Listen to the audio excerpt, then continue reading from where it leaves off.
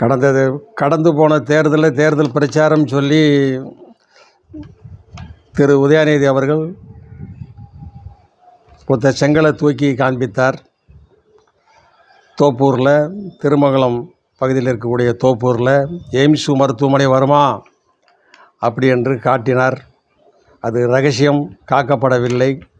இப்பொழுது எய்ம்ஸ் மருத்துவமனை அங்கே துவங்கி இருக்கிறது.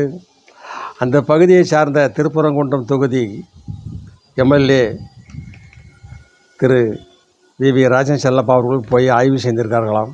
அது செய்தியில் பார்த்துட்டு உங்களுக்கு சொல்கிறேன்.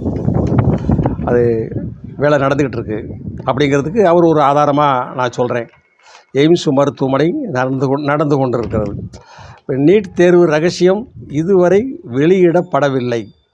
அதற்கு முன்பாகவே திரு உதயநிதி அவர்களின் மகனோட வீடியோ ரகசியம் வெளியே வந்து விட்டது.